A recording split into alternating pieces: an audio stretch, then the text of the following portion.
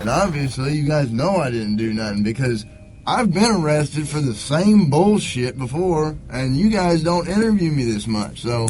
So you're in your right mind. You remember everything about the night, right? So you couldn't have done something not remembered. You couldn't have gone and robbed the place and not remembered? Fuck, no. Okay, so you would remember if you robbed the place. What about this all being recorded, huh? And written down? For a while. The alarm bells at a local 7-Eleven in Georgia had just begun to ring. An armed robbery incident just happened, and the suspect was nowhere to be found. However, after expanding the search, they were able to find the culprit, Jeff Pearson. The following clips revealed the strategies used by Jeff's interrogators for this case.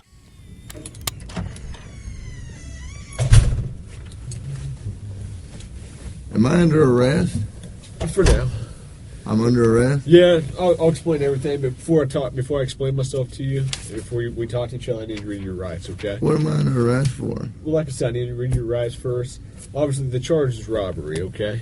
I'll explain everything. I'm under arrest for robbery? You are, but let me read your rights real quick, okay? And then I'll explain it all to you. Is that okay? Sometimes a detective might choose to withhold specific information initially for strategic purposes, such as observing Jeffrey's unguarded reactions or behaviors. Even though an explanation might be postponed, it's imperatively legal to ensure Jeffrey has read his Miranda rights immediately upon confirmation of arrest to preserve the admissibility of any statements he might make. You let me do that real fast? All right, Jeff. Can you read with me? Just read in your head, okay? Before we ask you any questions, you must understand what your rights are. You have the right to remain silent. Anything you say can and will be used against you in the court of law. You have the right to talk to the lawyer for advice before we question you, and have him or her with you during questioning. If you cannot afford to hire a lawyer and you want one, a lawyer will be provided for you. If you decide to answer questions now without a lawyer present, you'll still have the right to stop answering questions at any time. You also have the right to stop answering at any time that you want until you talk to the lawyer. Does that make sense? You've probably heard these before, haven't you? Does that make sense? Do you understand your rights? Detectives might observe Jeffrey's psychological responses upon hearing the charges and his rights to gauge stress levels, possible defiance, or compliance. If Jeffrey chooses to speak without an attorney present, the detectives would proceed with questioning, maintaining a fine balance between obtaining requisite information while respecting his legal and human rights. Do you understand your rights, Jeff? Yes or no? You understand? We're getting paid more than you are, so we can sit here for a long time, man. I just need you to answer me yes or no. Do you understand your rights? Let's get through that question. Do you understand what I read you? Did you comprehend what I read you?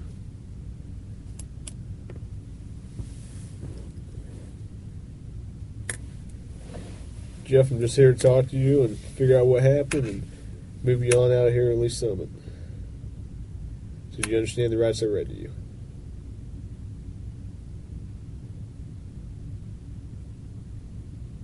If you got something that says you didn't do this robbery, this is your chance to talk to us. Okay, good cop. No, usually I'm the prick. You look like the prick. I am.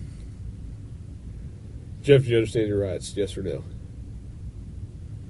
Jeffrey might be experiencing high stress or anxiety, making him reluctant to communicate or cooperate due to fear of repercussions or mistrust of law enforcement. This might also be an act of defiance or a non-cooperative stance toward the police, possibly grounded in negative past experiences or inherent mistrust of legal authorities. He may be choosing to remain silent as a way to protect himself, possibly adhering to the common advice of not speaking to law enforcement without an attorney present to avoid unintentional self-incrimination. I'm not asking if you want to talk to me at this point. I just want to know, do you understand what I read to you? So am I under arrest? Yes, you're under arrest. Get me back to the cell. I don't talk to you motherfuckers. Okay, fair enough.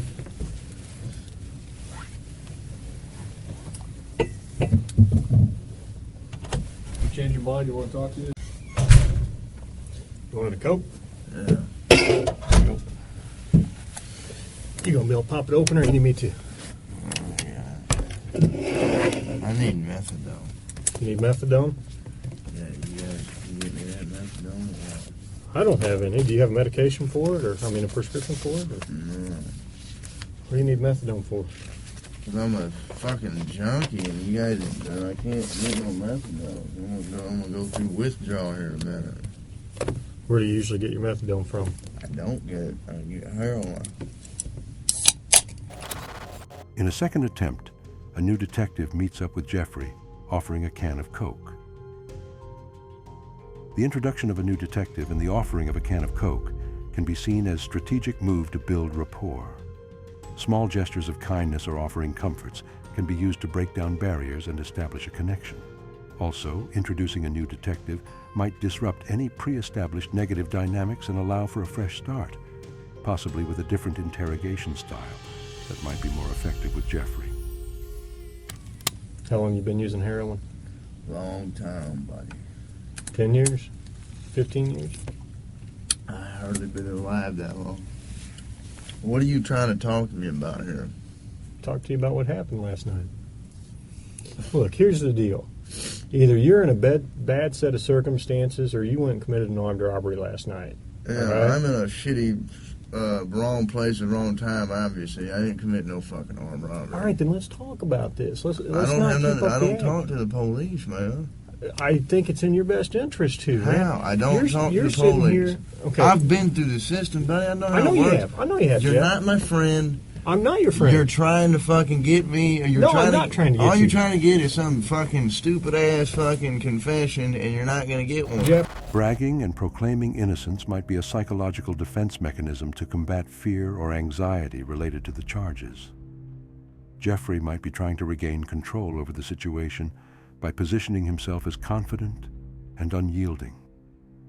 His acknowledgement of the detective's need for information could be a tactic to project awareness and potentially unsettle the detective by conveying that he understands the game being played. Jeff, I'm not going to get a confession out of you for nothing. Exactly, because I And didn't I'm do not nothing. trying to get a confession out of you. Okay, I'm gonna tell you, I didn't commit no armed robbery, and y'all ain't got no fucking evidence saying I did. Let me go. All you did is find me sitting in my buddy's house because my fucking buddy's dog's going ape shit. I go outside, there are cops everywhere, and they spotlight me. They say, "Come here." I say, "What's up?" They search me. They ain't find Hang on. nothing. In a way, Jeffrey might be laying down a groundwork for a narrative where he is being targeted or persecuted, which might be utilized in future legal settings. It's crucial for the detective to remain unfazed by Jeffrey's bragging, maintaining a composed and professional demeanor to preserve the integrity of the interaction. What's Let up? me read this. No, before- Yes. because I'm not gonna sign it. You don't have to sign it. But let me read it for you. Okay? I'm not signing nothing. You don't have to sign it. Let me read it. You heard it earlier already. You've been through the system. You know it. It ain't going to change a thing. You're still sitting here. Warning as to your rights guaranteed by the Miranda decision of the Supreme Court of the United States. You already read it to me earlier. I know we did, but I'm going to read it to you again. Thanks for the coke. You're welcome. Before we ask any questions, you must understand what your rights are. You have the right to remain silent. Anything you say can be used against you in court. You have the right to talk to a lawyer for advice before we question you and have him or her with you during questioning. If you cannot afford a lawyer and want one, a lawyer will be provided for you.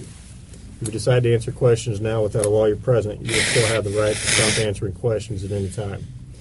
You also have the right to stop answering at any time until you talk to a lawyer. Do you understand the rights I've explained to you? Oh, Huh? yeah. Okay. Tell me what happened last night. Plain and simple. Your side of the story. I'm not talking to you. I'm warning All right. This is I what I told don't you this was- understand. I told you I this know, was but gonna this is happen. what I don't understand, Well- Jeff. You were sitting there talking just like you were ready to sit here and tell me what happened last night, and then all of a sudden I read that to you, and you screw it, I ain't talking to you. I want a lawyer. I don't understand that. What changed just in the... Because I told you what. I already told you what happened. You didn't. How didn't I? You didn't tell me what happened last night. How didn't I But- just tell you what? But now you've handcuffed me, and I can't talk to you because you've asked for an I want a attorney. lawyer. So, okay, that's fine. But I will tell you right now, you're still on a hold for a robbery. I know. I don't know why. I need a fucking lawyer because obviously I didn't do nothing. Jeffrey may be experiencing emotional stress or anxiety, causing him to act out rudely as a manifestation of his internal emotional state. The rudeness might be a defensive mechanism, signaling defiance or a non-submissive stance towards authorities. In some instances, a suspect might employ rudeness or non-cooperation as a tactic to potentially disorient investigators or establish a particular interpersonal dynamic. While rudeness per se may not have direct legal consequences, it may influence the interpersonal dynamics between Jeffrey and the investigators, potentially affecting communication and cooperation. The investigation would continue, with detectives possibly exploring alternative avenues of information gathering, evidence collection, and witness interactions to build the case. And obviously, you guys know I didn't do nothing because I've been arrested for the same bullshit before, and you guys don't interview me this much. So, wham bam, thank you for the coke, put me back in the cell. We That's haven't my interviewed home. you yet. That's my home. All right. Well, you haven't interviewed me yet. Yeah. I'm not being interviewed. I'm a lawyer. That's what I'm saying. We haven't interviewed you yet. Hang on. Wait right there. What's that? Just my phone. All right. I know we did this twice, but I got to do it again every time, okay? Before asking you questions, I got to read your rights. You have the right to remain silent. Anything you say can or will be used against you in the court of law. You have the right to talk to a lawyer for advice before we question you. Have him with you during questioning. If you cannot afford to hire a lawyer and you don't want one, a lawyer will be provided for you. If you decide to answer questions now without a lawyer, you still have the right to stop answering questions at any time. Do you understand that? Okay. Go ahead and sign there. Let me take your cuffs off. Look, I'm not signing nothing. I don't want Okay, you don't have to sign anything. You understand your rights, though, right? Yeah. That's all I need is a verbal yes? Yeah. Okay. The detective might subtly adjust strategies based on Jeffrey's responses, potentially exploiting any informational or behavioral cues revealed through his bravado. Is this coke gonna be here? Or is that just a fairy tale? It's coming. He's getting it right now. He'll be here in about 2 minutes. Just watching the soda machine. What do you want to talk about? Well, I need to know what this DOC or PNP hold is. What's that about? It's with your parole. What does that mean? Basically, they put a parole violation on you. They put a violation on me? So I had this before? Or what? No. I got you violated. You did? Yeah. For what? For armed robbery. I ain't been charged with armed robbery. Maybe. Right? Well, I'm charged with armed robbery and Yeah. possession of a firearm. You on? Yeah. I thought I got PFI on that. You did. You know what PFI means, right? Pending further investigation? Basically what that means is because there's no prosecutor on the weekends, I PFI you. Monday morning I call a prosecutor and we write the case and then we get a warrant for you for armed robbery.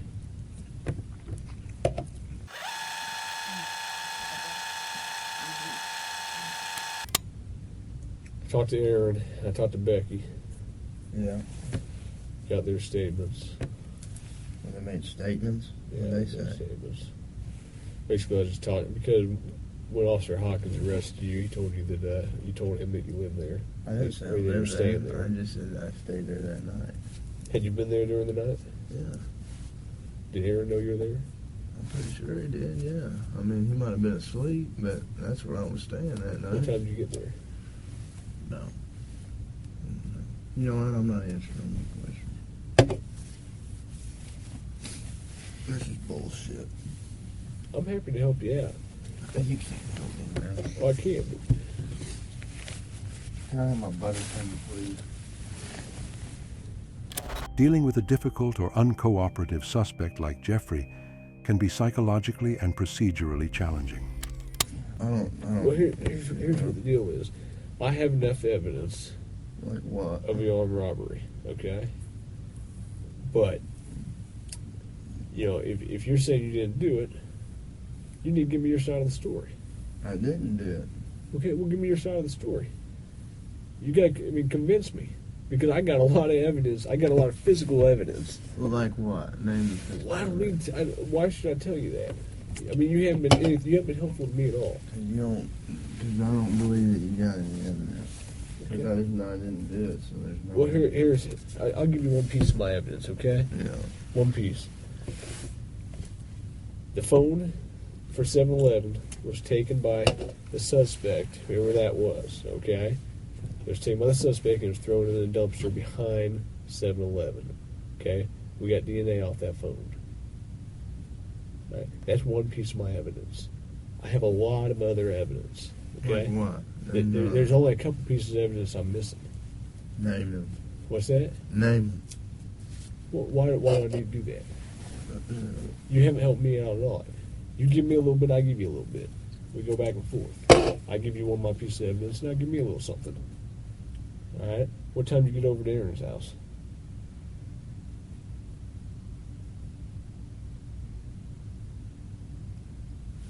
No, anything I say here can and will be used against me. Sure, but anything you say here, I can also tell your parole officer that you helped me out. That doesn't mean dick. Sure it does. Well, you're arresting me for robbery tomorrow, so what the fuck does that do? You help me out, I can help you out in certain You ways. can't tell me that you can help me out.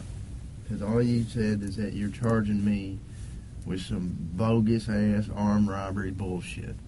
Okay. And I don't believe... there's no way. I didn't do it. There's no way. How drunk were you? Were you drunk? No, I was pretty sober. So you're in your right mind. You remember everything about the night, right? So you couldn't have done something not remembered. You couldn't have gone and robbed the place and not remembered? Fuck, no. Okay, so you would remember if you robbed the place. Okay.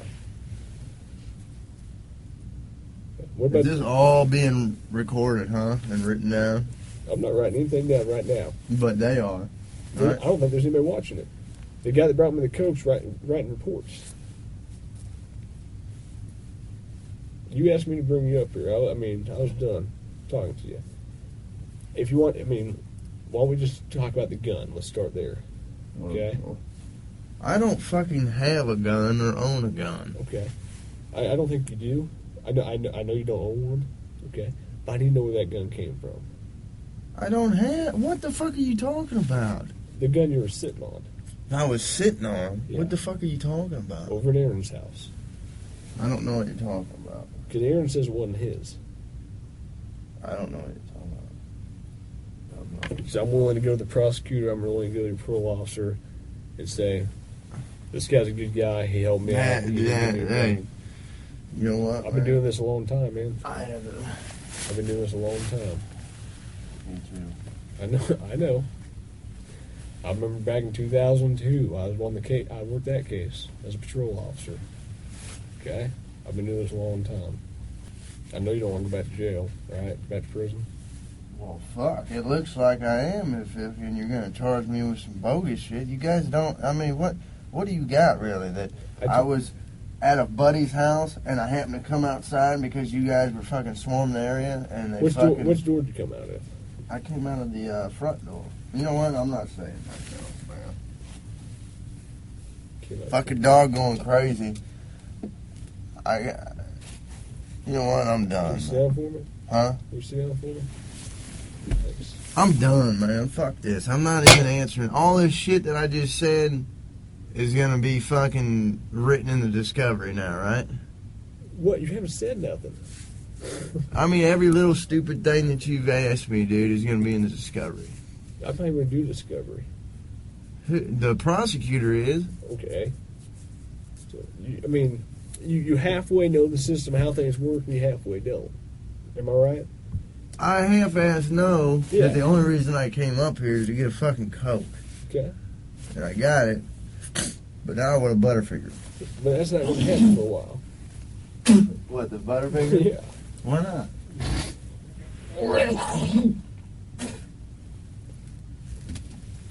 I need to go to the hospital. I'm coughing up blood. Okay. Let's go to the hospital.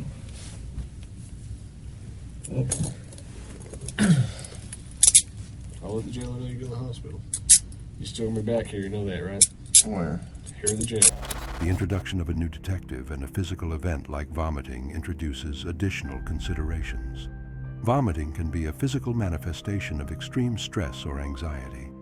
This might necessitate the involvement of a mental health professional to assess Jeffrey's psychological state and ability to participate in further interrogations. although less likely, one must consider if this could be a tactic employed by Jeffrey to disrupt the interrogation or gain sympathy.